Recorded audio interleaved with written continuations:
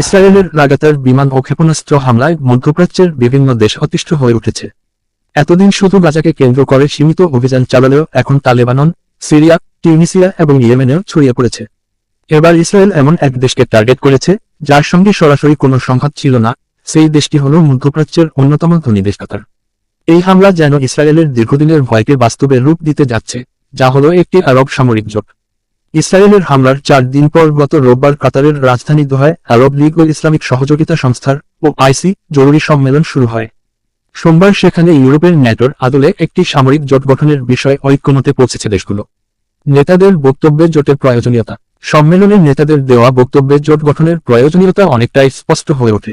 কাতারের আমির Sheikh Tamim bin Hamad Al Thani বলেন, আলোচনায় বসা কাউকে যখন কেউ হত্যা করতে চায় তখন বুঝতে হবে এখানে আলোচনার আর কিছু বাকি নেই।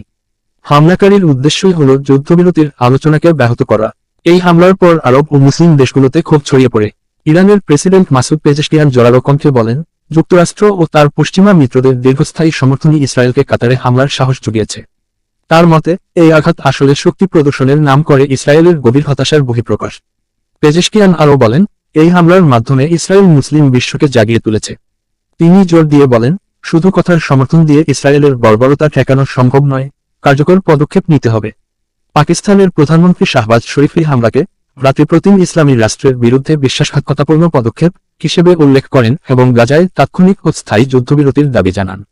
তিনি ইসরায়েলের সম্প্রসারণবাদী আগ্রাসন মোকাবিলায় একটি আরব ইসলামিক টাস্কফোর্স গঠনের প্রস্তাব দেন।